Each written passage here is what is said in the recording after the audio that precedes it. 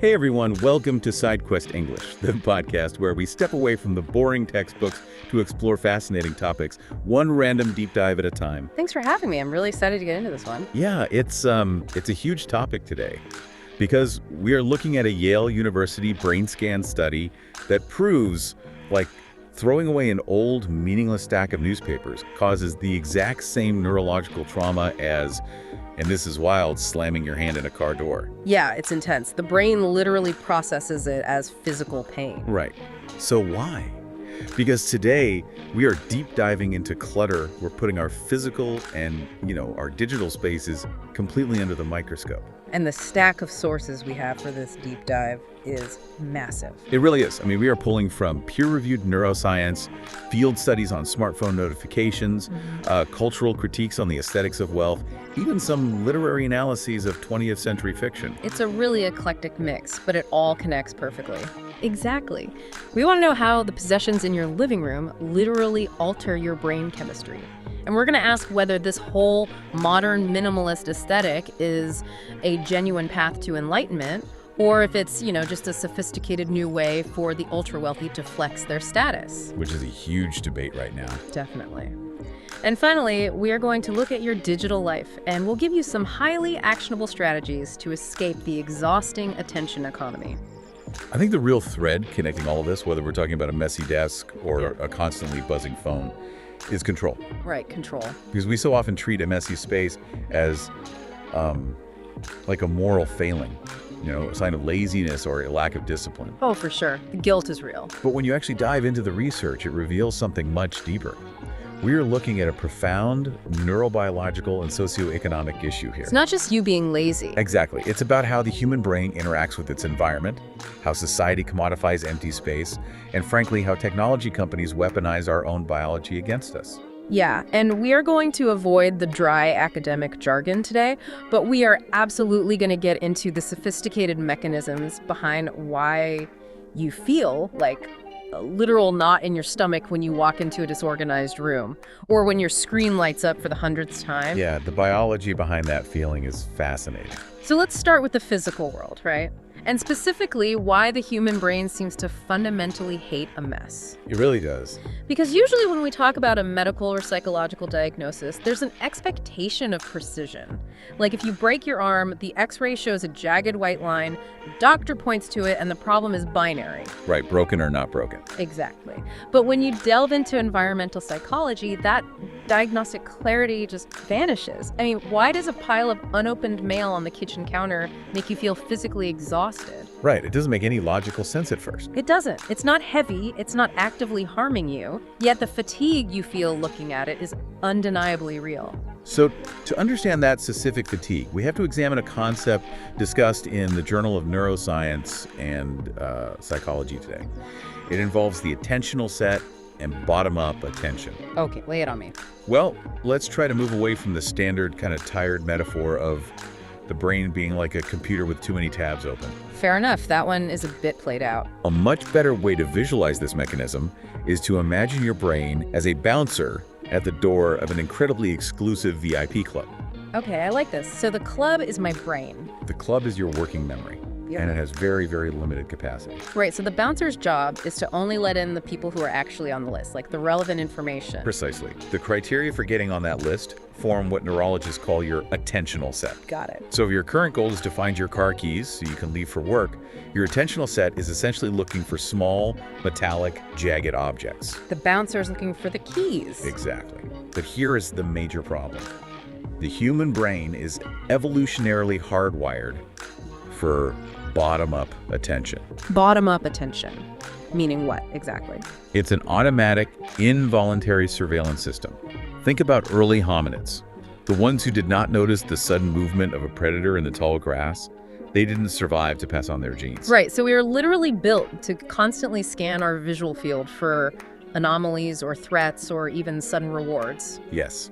So if you are trying to find your keys in a completely messy room, the bouncer is just constantly being bombarded. Okay, so think of that messy room as like a chaotic, loud crowd surging against the velvet rope. That's exactly what it is.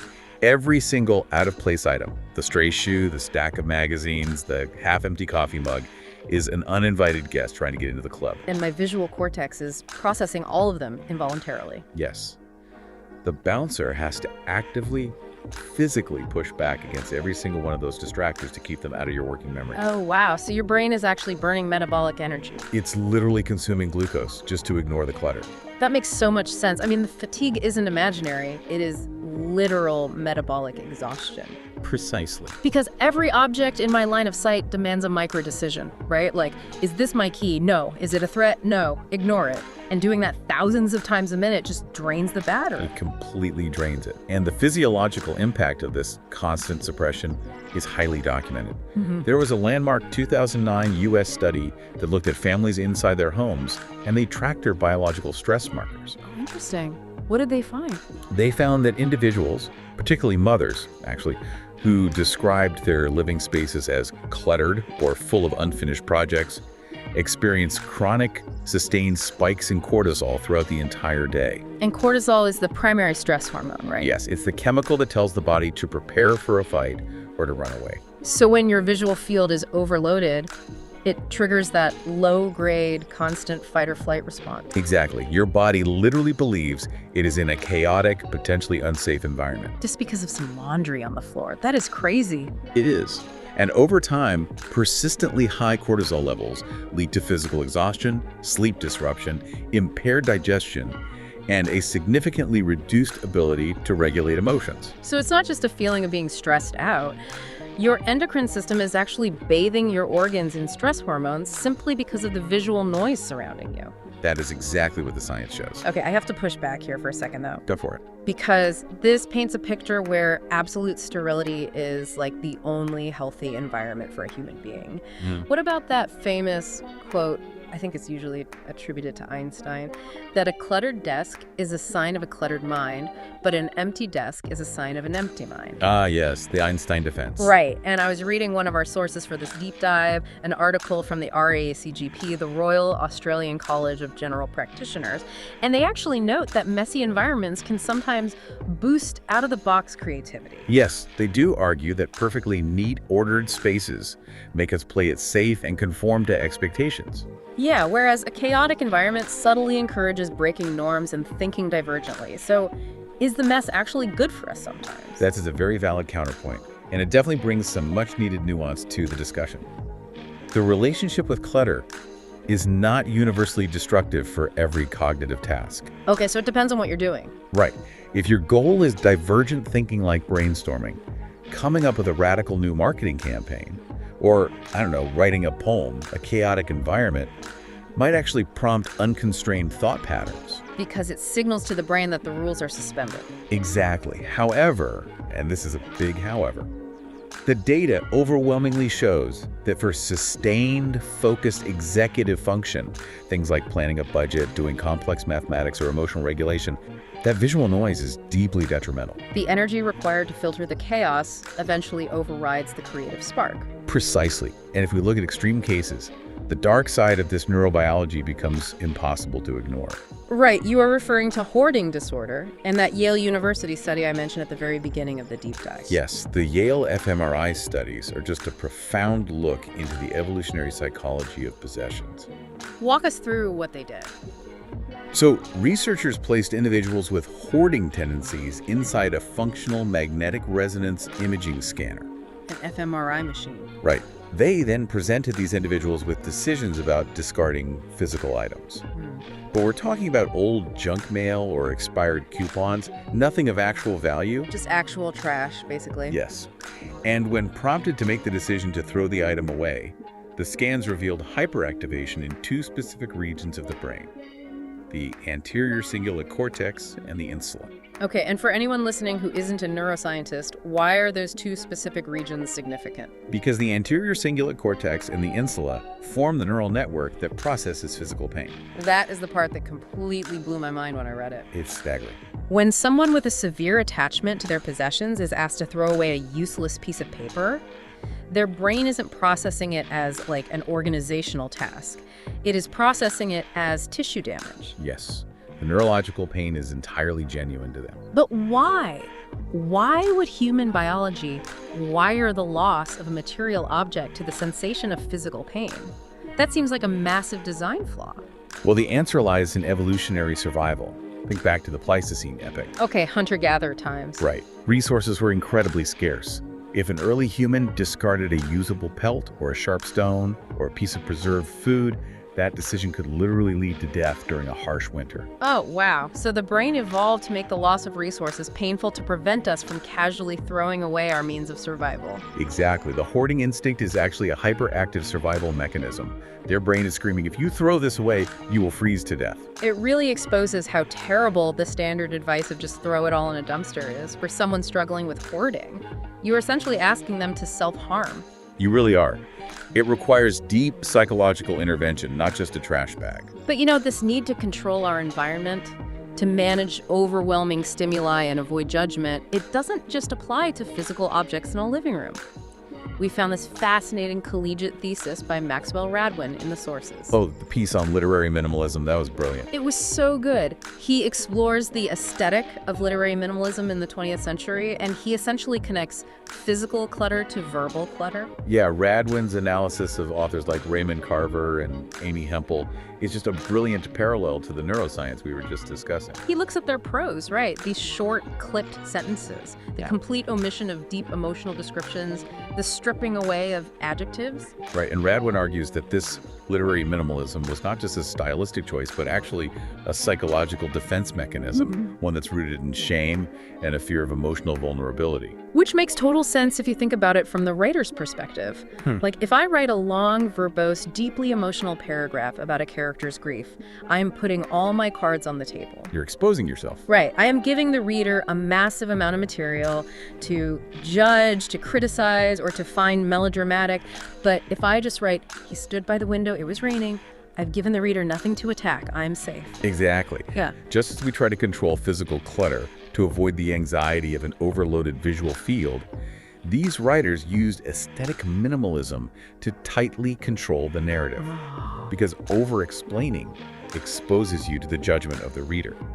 Minimalism, whether it is in interior design or a short story, is fundamentally an act of intense control.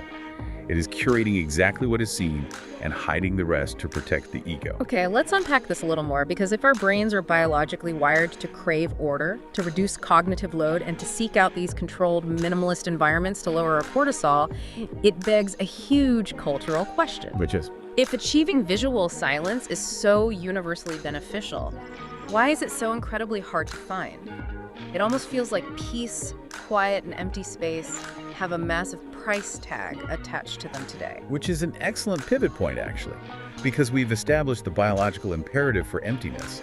But now we must examine the socioeconomic reality of it. Yes, let's talk about the money. To understand how minimalism became the ultimate status symbol of 2026, we leaned heavily on research from Columbia Business School, trend analysis from Metis Maven, and some really sharp sociological commentary from The Guardian. But first, we need some historical context, right? Because the Art Crime Archive provided a brilliant analogy regarding the Renaissance. Yes, this was one of the most compelling parts of the research. I loved this part. Let's look back at a classical Renaissance painting for a second. Look at how the elite, the wealthy merchants, and the royalty are depicted. They are almost always depicted with extra physical weight. Right, being overweight was a massive, highly sought-after status symbol. And why? Because status symbols are always dictated by whatever is scarce. Exactly. In the 1500s, calories were scarce. Manual labor was ubiquitous. If you were thin, it signaled that you worked in the fields and struggled to afford bread. But if you had excess body fat, it was basically a biological billboard advertising your wealth. It proved you had an abundance of rich food and a complete lack of physical toil. Precisely. Now, fast forward to the present day. We live in the exact opposite reality. We are in an era of absolute hyperconsumption. Yes. Mass-produced goods, fast fashion, cheap electronics, highly caloric processed foods. They're incredibly accessible and cheap.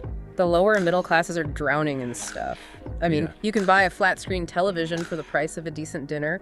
You can fill your closet with trendy clothes for $100. Right, so accumulation is no longer a flex because everyone can accumulate. Therefore, the elite must find a new way to distinguish themselves. And that's the core of it. If the masses have clutter, the elite must have emptiness. In highly populated, incredibly expensive urban centers like New York, London, Tokyo space is the absolute rarest commodity. It really is. The ability to possess visual silence, having massive rooms with empty surfaces, high ceilings, and hidden built-in architectural storage is the most profound indicator of wealth we have today. Midas Maven refers to this phenomenon as class minimalism. Class minimalism. You see this everywhere in celebrity culture. Oh, absolutely. Look at Kim Kardashian's shockingly sparse monochromatic mansion. The photos look like a monastery designed by a science fiction villain. It's jarring to look at. Right. There is nothing on the counters, the walls are completely bare, the furniture is all angular and beige. It looks like it should be cheap because there is literally nothing there. But it costs tens of millions of dollars to achieve that level of flawless emptiness. Exactly. It requires an army of staff to hide the actual mechanics of living. The blenders, the charging cables, the children's toys out of sight. We also see it in the mythology of Silicon Valley. Consider the famous 1982 photograph of Steve Jobs sitting cross-legged on the floor of his living room. Oh, I know the exact photo you mean. Right? It is hailed as the ultimate minimalist image. The aesthetic genius who needs nothing but a record player and a lamp. But when you investigate that image further, that is not a thrift store lamp. That is an original Tiffany lamp that cost over $8,000 at the time. Yes, and that perfectly encapsulates what the researchers at Columbia Business School call conspicuous non-consumption. Conspicuous non-consumption, meaning you are showing off by not consuming. Exactly. It's a deliberate, calculated choice by wealthy individuals to stand out from mainstream consumers by severely limiting the volume of their consumption, but ensuring that the few items they do consume are of exorbitant quality and price. And this ideology has completely permeated fashion and beauty aesthetics right now. It has. The cultural critique from Laura Jane Atelier deeply analyzes trends like the clean girl aesthetic and quiet luxury. Look at high-profile events like Sophia Richie's wedding, which went totally viral as a masterclass in quiet luxury. It was characterized by neutral tones, minimal makeup, simple silhouettes, and a distinct lack of heavy branding or logos. But Laura Jane Atelier highlights a brutal double standard here. Yes, talk about the double standard. When a wealthy influencer wears a simple white t-shirt, slicked back hair, and a seemingly bare face, the fashion media praises her for her chic, disciplined restraint. They applaud her elegance. Yeah, but that restraint is highly artificial and immensely expensive. Completely. Because the bare face is the result of $90 glowing skin serums, chemical peels, and regular dermatological interventions. The simple white t-shirt is perfectly tailored, imported Sea Island cotton. The slicked back hair is managed with premium styling products. Exactly. Now, take a working class woman, perhaps a mother working 2 jobs, and have her walk into a room in the exact same aesthetic outfit. A plain white t-shirt, hair pulled back, and a genuinely bare face. She is not praised for her disciplined restraint. No, she is judged as being unpolished, lazy, or lacking effort. The minimalist aesthetic only reads as elegant and intentional when the observer knows it is secretly backed by immense wealth. Otherwise, it just reads as poverty. That is so dark, but so true. Which brings us to the materials of the new luxury, right? Yes, as Midas Maven points out, because the elite are abandoning logos, which have been entirely co-opted by the middle class, the new luxury markers are the raw materials themselves. Like what? Extra fine vicuna wool, pure cashmere, untreated full-grain leather. Brands like Loro Piana or The Row are charging thousands of dollars for garments that look entirely basic, almost boring to the untrained eye. Because it costs a massive amount of money to look this simple. The aesthetic of austerity is celebrated, but only when it is funded by excess. That is the paradox of modern minimalism. Okay, I have to step in and play devil's advocate here again. Please do. Because if you spend any time on Reddit, specifically the minimalism subreddit, regular people are incredibly frustrated by this narrative. They hate that their philosophy has been hijacked by billionaires. Oh, there's massive pushback online. We read a thread titled, "How is minimalism considered a lifestyle for the rich?" And the users were furiously pushing back against the idea. One person wrote, "Minimalism has saved me so much money and time. It got me out of credit card debt." Which is a huge reality for a lot of people. Another user pointed out that keeping a stained, ugly Tupperware container because it still works, instead of throwing it away to buy a matching set of aesthetic glass containers, is true minimalism. And those users are entirely correct within their framework. We really have to draw a hard line between minimalism as an aesthetic trend the beige mansions and the cashmere sweaters, Yeah. and minimalism as an intentional lifestyle choice. Right, and that intentional choice is often termed voluntary simplicity. Yes, we read an excellent article on Medium by Karina Sitkus, and she strongly defends minimalism as a mindset, not a tax bracket. For the people she interviews, voluntary simplicity is a tool of resistance. It is a way to escape the debt cycle of consumer capitalism, to prioritize family time over working overtime just to buy a bigger television, and even to practice ethical altruism. And that ethical altruism connects directly to the work of the moral philosopher Peter Singer. Okay, let's talk about Singer, because his stuff is intense. It is very intense. Singer argues a very stringent ethical line. He suggests that if we have excess resources, meaning money beyond what is required for our basic needs and modest comforts, we have a moral obligation not to hoard it or spend it on frivolous luxury items. Like an $8,000 Tiffany lamp. Exactly. He argues we must redirect that wealth to those living in extreme poverty or dying from preventable diseases. For Singer, living minimally is not about having a clean living room. It is a deep ethical conviction to reduce suffering in the world. But isn't that incredibly guilt-inducing? It's a heavy burden, yes. Let's be real here. You are basically telling the listener that if they work hard, save their money, and decide to buy a really nice, expensive lamp for their home, they are committing a moral failure because that money could have bought mosquito nets in a developing nation. That is the core of his argument, yes. I understand the logic, but demanding that level of asceticism from regular people living in a consumer society seems impossible, and frankly, a recipe for massive anxiety. It is an extreme philosophical position, and you're right, the psychological burden of absolute moral perfection is crushing. Most ethicists agree that demanding total purity is counterproductive. It just makes people want to give up entirely. Right. However, Singer's core premise serves as a powerful counterweight to the conspicuous non-consumption of the elite. It forces us to ask why we are buying something. Are we buying a luxury item because it brings genuine utility and joy? Or are we buying it to signal our status to others? Got it. So the grassroots philosophy of living with less is about necessity, purpose, and reclaiming your time from the cycle of earning and spending. Yes. It is the difference between a lifestyle of purpose versus a performance of wealth. But you know, as fascinating as physical spaces and living rooms are, this exact same battle for space, for status, and for mental clarity is currently raging somewhere else. On our screens. Yes. It is raging on the glowing rectangles we carry in our pockets. Because the fatigue we feel looking at a messy room is identical to the fatigue we feel looking at our screens. And that transition from the physical to the digital is perfectly encapsulated by the term stuffication. Stuffication, coined by James Wallman. I really love this word. Wallman originally used it to describe how modern society is suffocating under the sheer weight of physical possessions. But applying it to our digital environments is even more relevant. Because there's just so much invisible weight. Think about the digital baggage a person carries around every single day. 80,000 unread emails. Endless thousands of screenshots and photos you will literally never look at again. A constant, unending barrage of push notifications vibrating against your leg. We just spent 20 minutes establishing how physical clutter spikes cortisol because the visual field is overloaded.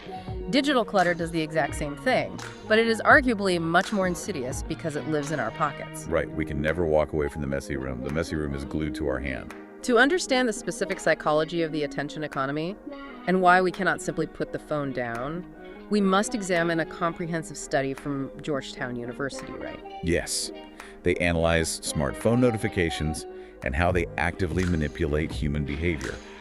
And the core mechanism they identified, which underpins almost all social media and notification design, is the intermittent reinforcement schedule. All right, break this down for me. What exactly is an intermittent reinforcement schedule? To truly grasp the power of this mechanism, we have to go back to the mid-20th century, to the famous behavioral psychologist B.F. Skinner. Ah, the Skinner box. Yes, Skinner is the father of operant conditioning. He created an experimental apparatus, often called a Skinner box. Imagine a small glass chamber. Inside the chamber is a pigeon, and on the wall is a small lever or a button. Okay, I am picturing the pigeon in the box. Skinner started with a basic cause and effect setup. If the pigeon pecked the button, a small food pellet dropped into a tray. 1 peck equals 1 pellet. Makes sense. The pigeon quickly learned the rule. When it was hungry, it walked over, pecked the button, ate the pellet, and then went back to ignoring the button.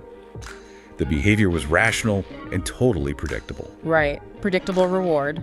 But then, Skinner changed the rules of the universe for the pigeon. He introduced the intermittent reinforcement schedule. Uh-oh. He altered the mechanism so that the reward became unpredictable. Sometimes the pigeon pecked the button and a food pellet dropped. Sometimes it pecked the button and absolutely nothing happened. Sometimes it pecked the button and 3 food pellets dropped at once. So the relationship between the action and the reward became a gamble. Exactly. Let me guess what happened to the pigeon's rational behavior. I'm assuming it didn't go well. The pigeon completely lost its mind. It became entirely obsessed with the button. It pecked the lever compulsively, continuously, for hours on end, regardless of whether it was actually hungry. Wow, just because of the unpredictability. Yes, the sheer unpredictability created a profound neurological compulsion. The dopamine spike didn't come from the food itself. It came from the anticipation of the unknown. Oh my God. If you are listening to this right now, I want you to think about the physical motion you make when you are on a social media app. You take your thumb, you pull the screen down, and you let go to refresh the feed. You are the pigeon pecking the lever. You are the pigeon in the Skinner box. When you pull to refresh, you have no idea what is going to happen. Sometimes you refresh and there is nothing new. Sometimes you refresh and you see a terrible, anger-inducing news story. And sometimes you get the jackpot, a flood of likes on your photo, a hilarious meme, a text from someone you have a crush on. And because you don't know what you're going to get, your brain cannot let you stop pulling the lever. The comparison is literally 1-to-1. It is. The technology companies in Silicon Valley did not invent these psychological levers by accident. They have engineered their platforms utilizing the exact principles of operant conditioning. They know exactly what they're doing. They have weaponized our dopamine systems to maximize time on device, which they then sell to advertisers. And this constant, compulsive engagement leads to highly specific, highly problematic digital behaviors. Which brings us to a really illuminating AI study published in CUR-WS. Here's where it gets really interesting. Oh, this study is so revealing. The researchers used machine learning to analyze user behavior and identified 4 distinct problematic digital personas. I want everyone listening to pay close attention to these 4 profiles right now. Be honest with yourself and ask, which of these personas do you slip into when you fall down the digital rabbit hole? Okay, let's go through them. The first persona identified by the researchers is the time killer. The time killer. This is someone who routinely engages with their smartphone during any perceived idle period as a frantic boredom avoidance strategy. Like when you're waiting for an elevator. Exactly. You're waiting in line for coffee for 90 seconds. The silence feels intolerable, and instantly, the phone is out of your pocket. You consume messaging apps, swipe through dating profiles, or watch short-form video simply to avoid being alone with your thoughts. You often lose track of time and feel a vague sense of remorse afterward. I know I've done that. Most of us have. Now, the second persona is the procrastinator. The procrastinator. This one is deeply tied to anxiety, usually academic or occupational pressure. You have a massive report due tomorrow. The pressure is mounting, the task feels overwhelming, and instead of breaking it down and starting, you systematically defer the responsibility. By scrolling? Yes.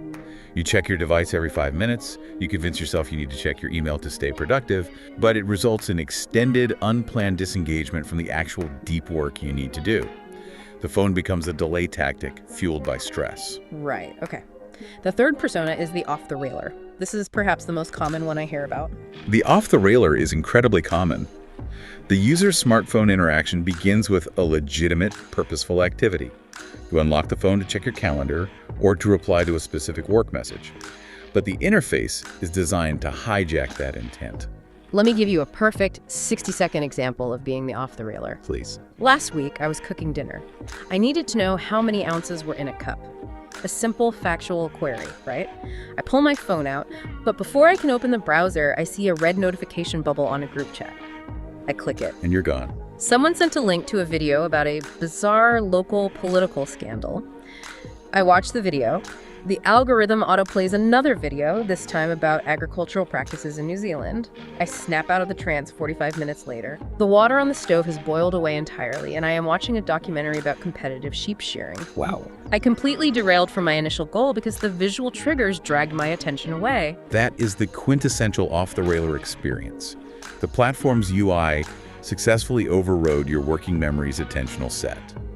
The bouncer let the wrong people into the club. The banter totally failed. So what's the last one? Finally, the fourth persona is the micro-escaper. This is someone who uses their smartphone as a temporary psychological relief mechanism, specifically to avoid social anxiety or immediate emotional discomfort. Okay, give me an example of that. You walk into a party where you don't know anyone, and instead of enduring the awkwardness of introducing yourself, you immediately pull out your phone and stare at it to look busy and unavailable. Oh, I see people do that all the time. Or you are feeling overwhelmed after a fight with your partner, so you scroll endlessly to numb your brain. It is an emotional regulation tool, but a highly maladaptive one. Identifying which persona you fall into, whether you are killing time, procrastinating out of anxiety, getting derailed by notifications, or escaping social discomfort, is the vital first step towards self-awareness. It really is. Because once you recognize the pattern, you can stop blaming yourself for a lack of willpower, realize you are fighting against billions of dollars of behavioral engineering, and start implementing actual interventions. We know the neurochemistry is working against us. We know our visual cortex cannot handle the bottom-up distractors. We know that tech platforms are utilizing operant conditioning. So how do we construct a defense? Right, how do we actually fix this? How do we curate an intentional digital diet and move from FOMO, the fear of missing out, to JOMO, the joy of missing out? To frame our defense strategy, we really have to look at Cal Newport's foundational concept of digital minimalism. Newport is great. He argues that the goal of digital minimalism is not the cliché of throwing your smartphone into the ocean, deleting every account, and moving to an off-grid cabin in the woods. Because that is completely impractical for anyone who needs to hold down a job or stay in touch with family in the modern world. Exactly. Newport's philosophy is about intentionality and values. Digital minimalism is the practice of using technology strictly to support your deeply held values and ruthlessly stripping away everything else that distracts from those values. It is about actively stabilizing your dopamine levels and reducing the chronic cortisol spikes associated with doom scrolling. Yes, it is about changing the relationship from master to tool. And our sources provided incredibly specific, actionable strategies for the how-to of this digital diet. Let's start with the most empirically proven method from the Georgetown study, batching. Yes, batching. The Georgetown researchers didn't just diagnose the attention economy. They tested a tangible solution. They ran a rigorous field experiment in India, where they fundamentally altered how participants received notifications on their devices. And what did they change? They took the participants off the intermittent reinforcement schedule, the unpredictable Skinner box method, and moved them to a batched delivery system. How exactly did the batching work? The researchers installed software that intercepted all incoming alerts, emails, social media tags, news updates, and held them in a queue. The app only delivered the notifications to the user at fixed, scheduled intervals. Okay, so they weren't getting pinged all day. Exactly. For example, the phone would only buzz at 9:00 a.m., 1:00 p.m., and 5:00 p.m. Outside of those three windows, the phone remained entirely silent. And what were the psychological results of removing that unpredictability? The results were profound. Participants reported significantly improved sustained attention, higher workplace productivity, and notably better overall psychological well-being. Because by making the rewards predictable, they broke the operant conditioning cycle. Right. The brain stopped releasing the anticipatory dopamine that causes the compulsion to constantly check the device. If you control when the information arrives, the device no longer controls your nervous system. That is so empowering. It really is. Now, another highly effective structural strategy comes from behavioral designer Nir Eyal, and it is all about how you physically organize your phone screen. I love this one. Eyal suggests an audit of your device, categorizing every single app into one of 3 distinct buckets. Let's walk through the buckets. The first bucket is primary tools. These are applications that assist you in accomplishing a specific real-world task. They get you in and out quickly. Like your maps and navigation, your rideshare apps, your banking app, your camera. Exactly. They do not have infinite scroll feeds. The second bucket is aspirations. These are apps that genuinely support the person you want to become or the skills you want to build. So this could be a meditation app, an e-reader, a language learning program, or a fitness tracker. Right. And the third bucket is the danger zone, slot machines. Slot machines. These are the apps engineered to harvest your attention. Social media platforms, endless news aggregators, short-form video apps, and even email. So what's the strategy here? Eyal advocates for a strict spatial rule. Your phone's primary home screen, the one you see immediately upon unlocking, should only contain primary tools and aspirations. Meaning the slot machines must be banished. Completely banished. They need to be buried in folders on the second or third page of your swipe screens. Or even better, deleted from your phone entirely so you can only access them when you're sitting down at a desktop computer. Because the entire point of this organization is friction. Yes, friction is your best friend here. If you unlock your phone to kill time, and the first thing you see is a language learning app instead of a social feed, you have introduced a micro barrier. If you have to actively swipe 3 times and open a designated folder to get to a slot machine, it gives your prefrontal cortex a crucial microsecond to engage conscious thought. It gives you just enough time to ask, wait, am I being a time killer right now? Do I actually want to do this? Building on that concept of friction is a protocol highlighted by the Task Pomo blog, which they call the Sound Sight Sayonara Rule. Oh, this is a great system. It's a strict hierarchy for managing the notifications that do make it through. The first level is sound, auditory, and haptic alerts. These should be reserved exclusively for actual human emergencies or time-sensitive logistics. Phone calls from your immediate family, a text message from your boss, a calendar alert for a meeting starting in 5 minutes. That is the entire list. The next level down is sight. These are the visual triggers, specifically the little red meatball badges that hover over app icons. Right. You allow these visual badges for messaging applications that you need to check eventually, like WhatsApp, Slack, or your primary email. But they are stripped of the ability to make your phone vibrate or ring. You see them, but they don't demand immediate auditory attention. The final level is sayonara. Goodbye. Absolute zero notifications for everything else. No banner sliding down the screen, no sounds, and absolutely no red dots for social media platforms, news alerts, mobile games, or retail apps. You only see the content inside those applications when you make the conscious, proactive decision to open them. You eliminate the bottom-up distractors entirely. If you are listening to this right now, I want you to literally look at your phone screen. Yeah, look at it right now. Look at how many red notification bubbles are glaring at you right this second. 50 unread emails, a dozen social media alerts. Does your chest feel a little tight just looking at it? That physiological response is the cortisol we were talking about in section 1. You have the power to turn those visual distractors off right now. Go into your settings and just turn them off. It's life-changing. Now, for listeners who want to take their digital autonomy a step further, there is a highly technical but incredibly brilliant approach to bypassing algorithmic manipulation entirely. Yes, let's talk about the algorithm bypass. It is detailed in an article by Benjamin Lannon, and it advocates for a return to a slightly older technology. RSS feeds, utilizing modern aggregation tools like Readwise Reader. The concept of an RSS feed might sound like ancient internet history to some people or completely foreign to others. Let's explain it simply. Okay, imagine firing the algorithm. Firing it. Right now, when you open a social media platform, you are sitting in the passenger seat while an artificial intelligence drives you around. Its only goal is to drive you to Angry Town or Outrage City, because anger keeps your eyes on the screen longer.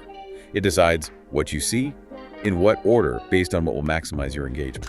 But RSS, which stands for really simple syndication, allows you to take the steering wheel back. Exactly. Instead of letting a black box algorithm feed you content, you manually subscribe to the specific websites, independent blogs, journalists, or creators whose work you actually value. The RSS reader software pulls all of their newly published content into one clean, unified feed.